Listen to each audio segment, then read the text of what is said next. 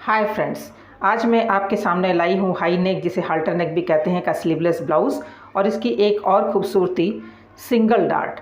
इसमें मैंने single dart दिया है। ये सिंगल डार्ट इसकी खूबसूरती को और बढ़ाता है। तो इस वीडियो को अंत तक ज़रूर देखें और अच्छा लगे तो लाइक एंड शेयर करें।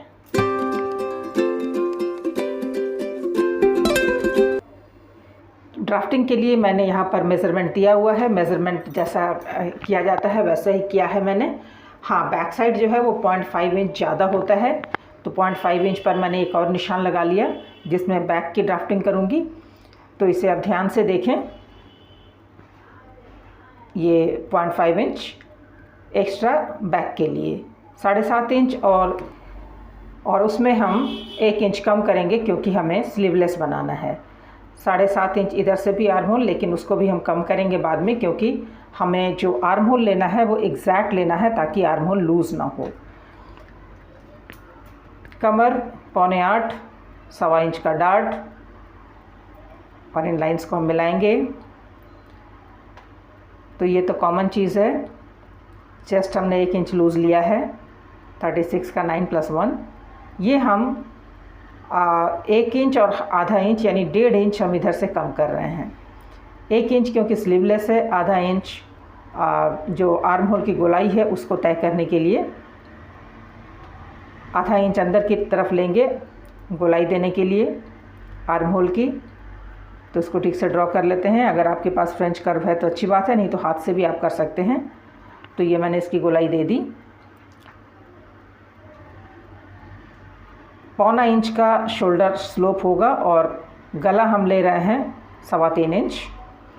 तो ये शोल्डर स्लोप हमने मार्क कर लिया। अब ज़रा मेज़र करके देख लेते हैं। आर्म होल मुझे लेना है 15.5 यानी 7.25, लेकिन ये ज़्यादा हो रहा है तो इसे 2 तरह से कम किया जाता है।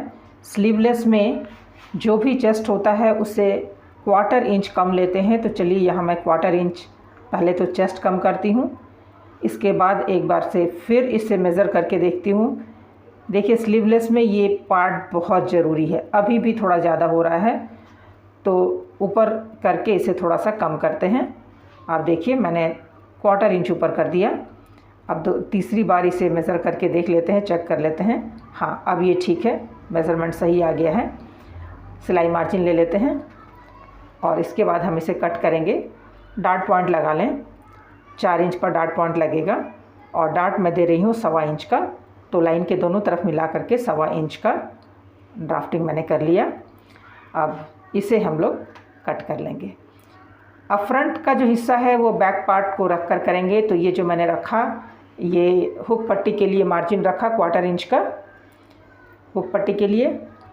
अब 3.5 इंच ऊपर एक्स्ट्रा रखना है, एक्स्ट्रा 3.5 इंच, ये कॉलर के लिए है।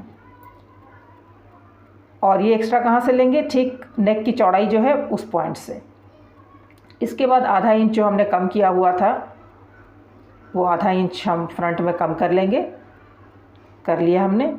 इसके बाद बाकी की जो ड्राफ्टिंग है वो हम करके पीछे का पल्ला हटा देंगे। उसके बाद सामने के पल्ले में क्या क्या चेंजेस हैं ये आप देखेंगे। सामने का पल्ला नीचे से 1/2 इंच हम बढ़ाएंगे। चलिए देखते हैं।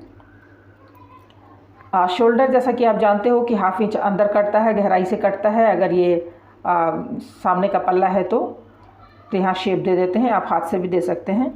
तो ये शेप देना हो गया। अब है जो कंधे का जो स्लोप है शोल्डर, उसे हम देख लें। खैर पहले नेक देख लेते हैं। 8 इंच यानी थोड़ा गहरा मैं रख रही हूँ, चौड़ाई 3.5। इस लाइन को मिला देंगे। और जैसा कि आप जान रहे हो कि ऊपर का जो एक्स्ट्रा है वो कॉलर के लिए है, तो 1.25 इंच का चौड़ाई दे रहे हैं और उसमें 2 पॉइंट का सिलाई मार्जिन जो कि मैं डॉटेड लाइन से दे रही हूँ। तो इसको पहले ड्रॉ कर लें। ये कॉलर की स्ट्रिप है। तो यहाँ 2 लाइन, एक लाइन वो सिलाई मार्जिन के लिए है। नेक का जो है ड्राइंग वो मैंने कर लिया। अच्छे से गोलाई कर लेते हैं। इसके बाद ये सिलाई वाली मार्जिन यहीं से सिलाई चलेगी जब हम इसमें कॉलर सेट करेंगे। 0.25 इंच का शोल्डर स्लोप ले लेते हैं।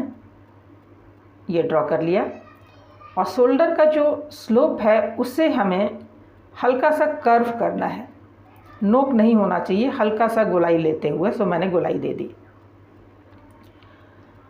अब बस्ट पॉइंट ले लेते हैं जो 10.5 है, लेकिन यहाँ पर मुझे 11 लेना पड़ेगा। हाई नेक में हमेशा आधा इंच ज़्यादा होता है।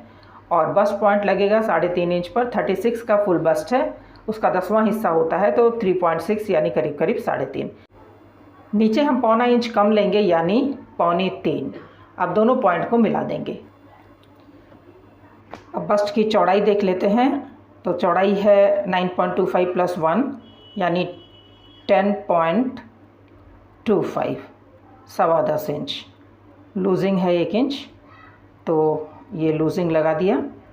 अब इस पॉइंट से कमर और चेस्ट हम लाइन ड्रॉ कर लेंगे।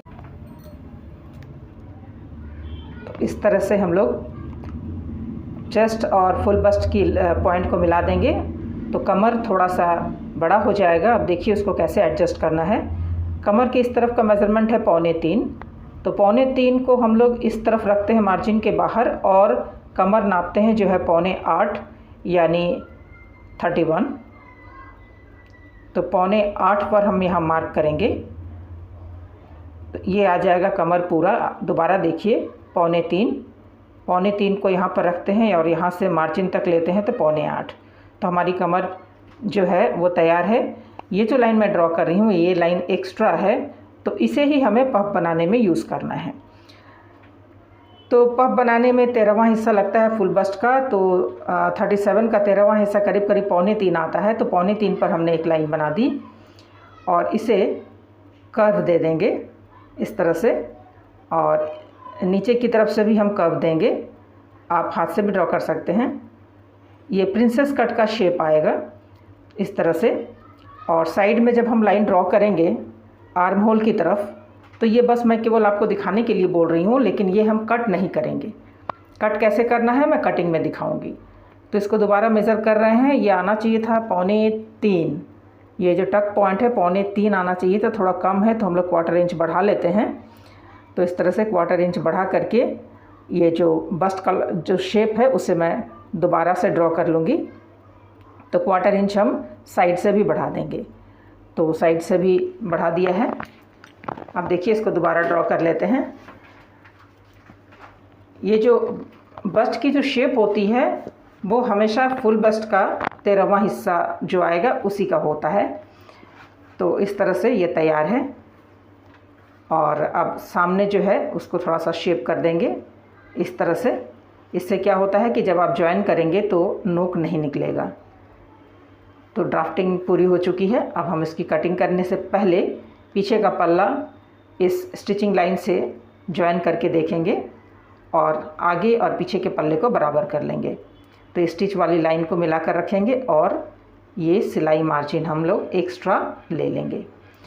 तो चलिए इसको दोबारा एक बार ड्रॉ कर लेते हैं। हाँ, यहाँ से इसे मिलाना है, तो इस तरह से इसे मिला देना है।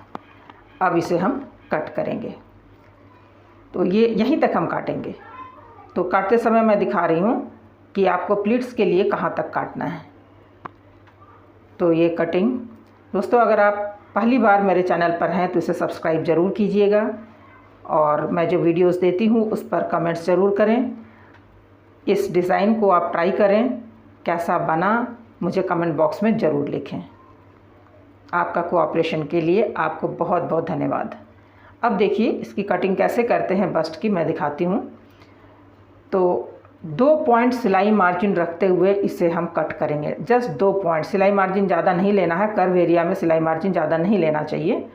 तो 2 पॉइंट सिलाई मार्जिन रखेंगे। तो सिलाई में जब चलाऊंगी तो जो ड्राइंग की लाइन है बस उसी के ऊपर चलाऊंगी। तो ये मैंने कट कर लिया और इसे पूरा 2 पीस नहीं करना है, ये सिंगल पीस है। बस यहाँ से उसे इस तरह से पकड़ करके स्टिच कर देंगे।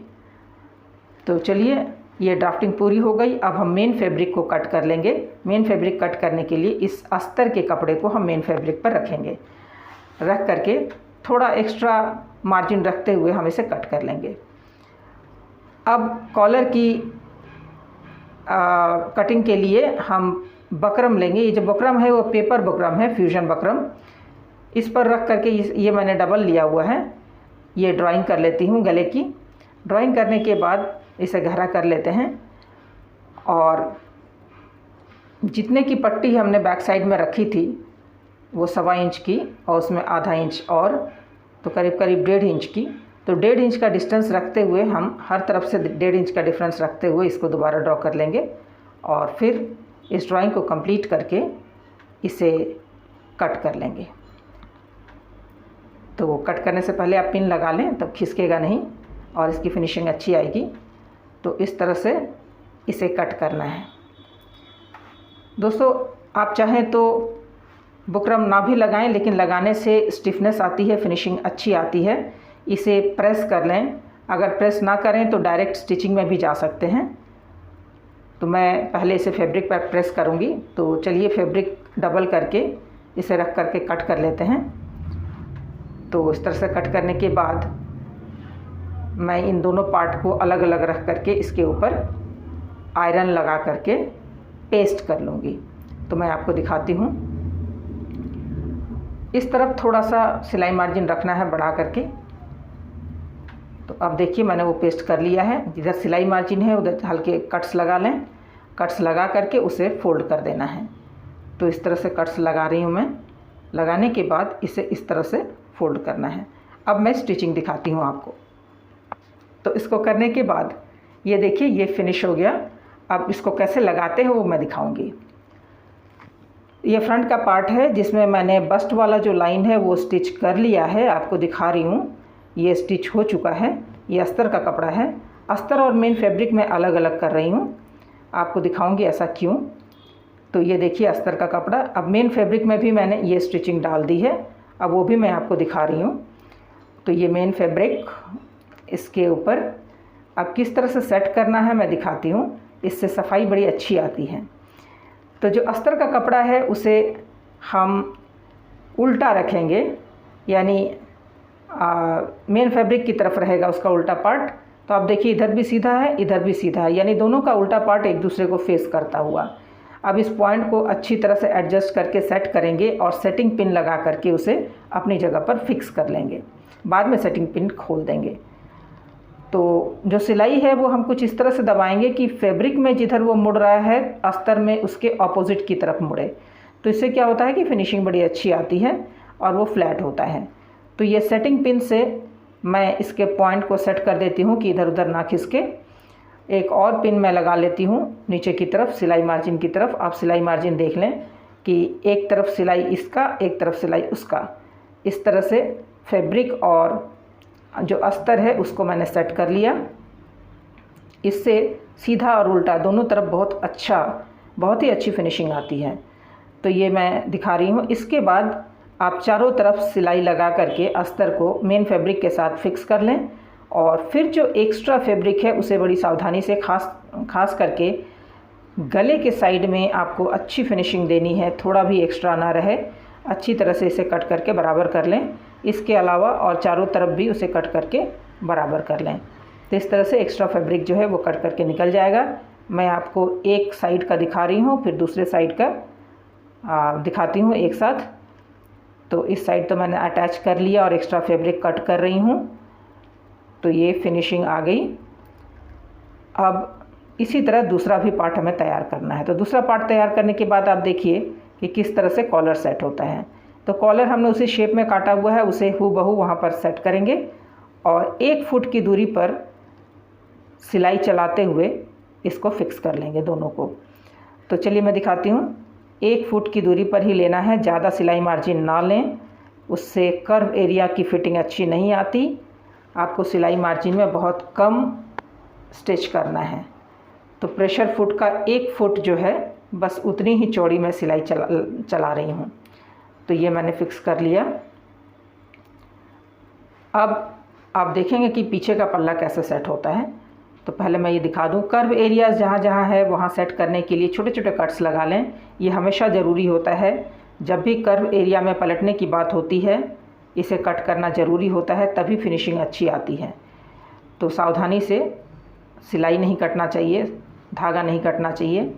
इसको अच्छी तरह से मैंने कट कर लिया। अब इसे पलटेंगे। अब पलटेंगे तो आराम से आप पलट सकेंगे क्योंकि आपने कट कर लिया। अब इसको इस तरह से अच्छी तरह से प्रेस करते हुए, नाखून से प्रेस करते हुए सेट कर लें। देखिए बड़ी अच्छी फिनिशिंग आई है। और अब उसको अटैच कैसे करते हैं वो भी मैं दिखाऊंगी। तो जैसा कि मैंने इस साइड किया वैसा ही दूसरे साइड भी करके ये कॉलर की जो पट्टी है उसको हम तैयार कर लेंगे। तो ये एक साइड तो बिल्कुल तैयार हो गया है। अब ये दूसरा साइड, ये दोनों तैयार हो गया है। अब हम बैक साइड वाला लेंगे, उसमें भी अस्तर और मेन फैब्रिक चिपका लेंगे। अब जोड़ना कैसे है देखना है। ये शोल्डर पकड़ेंगे दोनों का और कॉलर तक हम सिलाई करते चले जाएंगे। लेकिन कॉलर अटैच करने से पहले हमें बैक साइड का मिड पॉइंट देख लेना है। तो बैक साइड का मिड पॉइंट वो प्रेस में दिखाई पड़ रहा है, वैसे मैं पेंसिल से भी ड्रॉ कर लूँगी, दिखा रही हूँ आपको। तो यहाँ जो मिड पॉइंट है उसको पेंसिल से मैंने ड्रॉ कर लिया। वहाँ तक स्टिच नहीं करना है, उसके आधा इंच पहले ही स्टिच को रोक देना है। मिड पॉइंट से आधा इंच पहले ही स्टिच को रोक देंगे। तो इस तरह से इस ओर सिलाई कर लिया मैंने। अब दूसरी तरफ का शोल्डर भी बिल्कुल उसी तरह से हम अटैच करेंगे। तो दूसरा पल्ला लिया और इस किनारे से अब इसको सिलाई करना शुरू करेंगे और इसको भी सेंटर पॉइंट में आने से आधा इंच पहले रोक देंगे। तो ये मैं अटैच कर रही हूँ। आप देखिए यहीं पर फिनिशिंग डिपेंड करती है, बहुत अच्छी फिनिशिंग आएगी। तो यहाँ से मैंने स्टिच करना शुरू किया और बैक साइड के मिड पॉइंट आने के आधे इंच पहले ही इसे रोक कर हटा दिया। अब यहाँ से हमें कॉलर की दोनों जो पट्टियाँ हैं उसको जोड़ना है। तो मिड पॉइंट आप देख लें, दोनों को पकड़ें ऐसे कि बिल्कुल वो एडजस्ट हो जाए, पीछे जितना भी हाफ इंच 1 इंच बचा हुआ है। तो इसको अच्छी तरह से पकड़ करके पहले तो हम मार्क कर लेंगे, सेंटर पॉइंट को देखते हुए कितना दबाना है वो हम मार्क कर लेंगे। ये मार्क कर लिया और उसके बाद इस पर हम सिलाई चला देंगे। सिंगल सिलाई चलाना है। तो इस पूरे में मैंने सिलाई चला ली और अब दोनों पट्टी को फ्लैट करना है, यानी उसे चीर देना है। उसके पहले एक्स्ट्रा को कट कर लें। ये देखिए पीछे से एकदम से सेंट्रल पॉइंट पर है। अब एक्स्ट्रा जो फैब्रिक है उसे आप कट कर दें और ये जो स्टिच है उसको फैला लें, यानी दोनों तरफ से उसको सेट कर लें, चीर दें। इसके बाद आपको जो आधा इंच सिलाई छूटा हुआ है उसको सिल के कंप्लीट कर दें। इस तरह से कॉलर बैक साइड से भी अटैच हो गया। अब मैं दिखाती हूँ कि उसको सेट कैसे करेंगे। तो सेट करने से पहले वो कंधे के पास जो कर्व एरियाज़ हैं वहाँ पर तो कट लगेगा ही और थोड़ी थोड़ी दूर पर कट्स लगा लें। याद रखिए जो कर्व एरिया था शोल्डर के पास, ये जो एरिया था, ये वाला एरिया, यहाँ पर तो कट बिल्कुल लगाना है। यहाँ अगर आप कट नहीं लगाएंगे तो कॉलर बिल्कुल नहीं बैठेगा। तो ये बहुत ही ज़रूरी स्टेप है, इसको कट लगा करके आप फिनिशिंग दें। अब देखिए ये तैयार हो गया। अब कॉलर मुझे फ़ोल्ड करना है, तो ये फ़ोल्ड करेंगे और ऊपर से सिलाई चलाएंगे। ध्यान रखिए कि अंदर जो सिलाई है वो दबना चाहिए कॉलर की तरफ। जो सिलाई होगी वो कॉलर की तरफ दबनी चाहिए। और हम ये जो सिलाई है ऊपर से एक टाँका लगाएंगे, मशीन से टाँका लगाएंगे। उसके पहले सेटिंग पिन से कॉलर को सेट कर लेंगे। तो इधर भी सेट कर लेंगे, दूसरी तरफ भी सेट कर लेंगे और फिर पूरी शोल्डर में, बैक साइड की जो शोल्डर है उसमें सिलाई चलाएंगे। आपको दिखाती हूँ कैसे। यहाँ से स्टार्ट करके वहाँ ख़त्म करना है।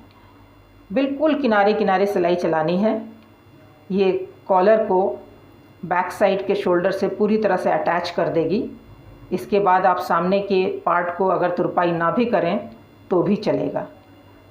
अगर चाहें तो तुरपाई कर सकते हैं, अदरवाइज़ अगर आप प्रेस कर लें तो प्रेस से ही वो अच्छी तरह से सेट हो जाता है। ये आपकी मर्ज़ी है। अगर आप नहीं चाहते कि कोई सिलाई दिखे तो अभी जो बैक साइड में मैं सिलाई कर रही हूँ बस इतना ही काफ़ी है। फ्रंट में कुछ भी नहीं करना है, केवल प्रेस कर देना है। वैसे मैंने तुरपाई की है फ्रंट में भी, वो मैं बाद में दिखाती हूँ। तो आप देखिए कि मैंने कहाँ सिलाई चलाई है, इसको मैं जूम में करके दिखाऊंगी आपको। सिलाई ये जो है पूरी किनारे किनारे से इस तरह से सिलाई चलाई हुई है, एकदम किनारे सिलाई चलाई है मैंने। ये जैसे देखा आपने। आप कॉलर को मोड़ें और देखें किस तरह से फिनिशिंग आई है। तो ये फिनिशिंग आ गई है और सिंगल डार्ट में पफ भी बहुत सुंदर क्रिएट हुआ है, ये आप देख सकते हैं। अब क्या करना है कि बाजू में मैंने पाइपिंग तो नहीं, मैंने पट्टी लगाई है और तुरपाई कर ली है और साइड का सिलाई दे देंगे, कमर की पट्टी लगा लेंगे और हुक की पट्टी लगा लेंगे। ये सब आप जानते हैं कि कैसे लगाना है, इस पर मैं वीडियो को लंबा नहीं करना चाहती। ये पट्टी लग रही है और उसके बाद ये है फाइनल फिटिंग की सिलाई दोनों साइड में। ब्लाउज़ तैयार है, मैं आपको दिखाती हूँ कि इसकी फिनिशिंग कैसी आई है। ये है ब्लाउज़ तैयार है, मैंने प्रेस भी कर लिया, मैंने सामने हेमिंग भी की है यानी तुरपाई भी की है।